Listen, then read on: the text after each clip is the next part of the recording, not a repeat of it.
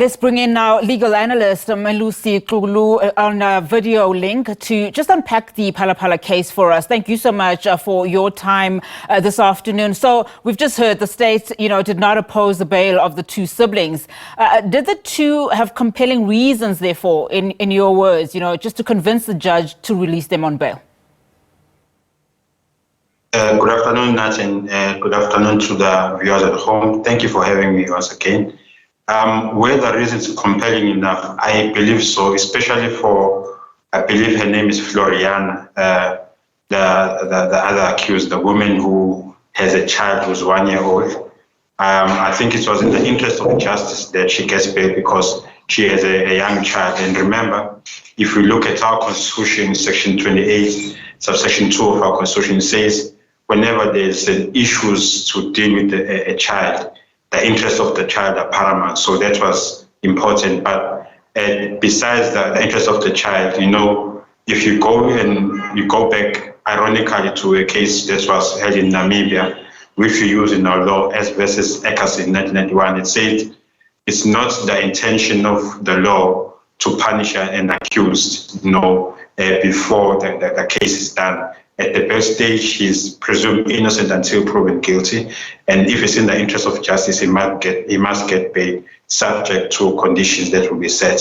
And there are conditions like the fact that they've handed over their passports, and they must be confined to the provinces they are in unless they get a permission from the investigating officer. So for a bail application, we are not necessarily doing a trial. We just basically deal with the fact that can this person be trusted? If he's released on bail, are they not a flight risk? And I think for them, for the two siblings, they qualify for that to be released on bail based on conditions. If you listen to that previous clip, of course, with our colleague Pimani Baloyi just talking to the NPA, the NPA, of course, says the two, accused have been very cooperative with the state. Does that mean anything else? I mean, to what extent did this have to do with, them getting bail, particularly considering that they could possibly, turn state witness?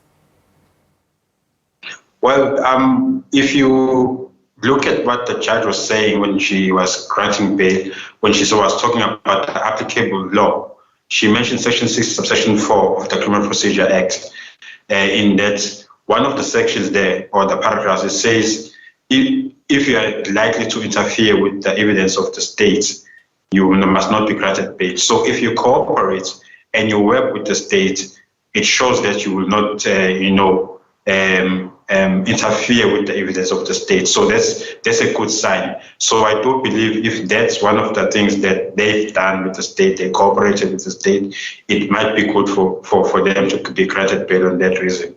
But not on that reason alone, but it's one of the reasons. Let's now talk about accused number one, Emanuela David, who is, of course, believed to be the mastermind, the ringleader of the Phala Phala theft. And he's yet to apply for bail. And of course, we heard that that is going to be coming on in next month. And the NPA has indicated that on that one, they will be opposing bail. What are his chances of being released on bail, number one? And of course, the state's strategy, what is that likely to look like? Okay. It will depend on what reasons they have to oppose bail. For instance, we've seen where in one of even the high-profile cases, if it's shown that we are a flight risk, if you get bail today, you might, abscond and run away. Those could be one of the reasons that the state is opposing. If it's shown that maybe you are interfering with the state evidence, or you are, threatening the state witnesses, those might be one of the reasons that the state is opposing bail. So I think their strategy would be to give everything they have to show on evidence that they are opposing bail. So I don't have full facts exactly why they are opposing, but I suppose him being the mastermind might be one of the reasons.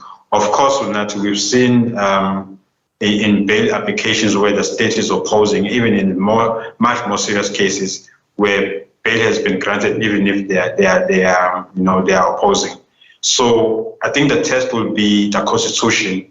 If you go to the Constitution, section 35, subsection 1, paragraph F, it says whenever there's an accused who's detained, he has a right to be released on bail, if the interest of justice permits.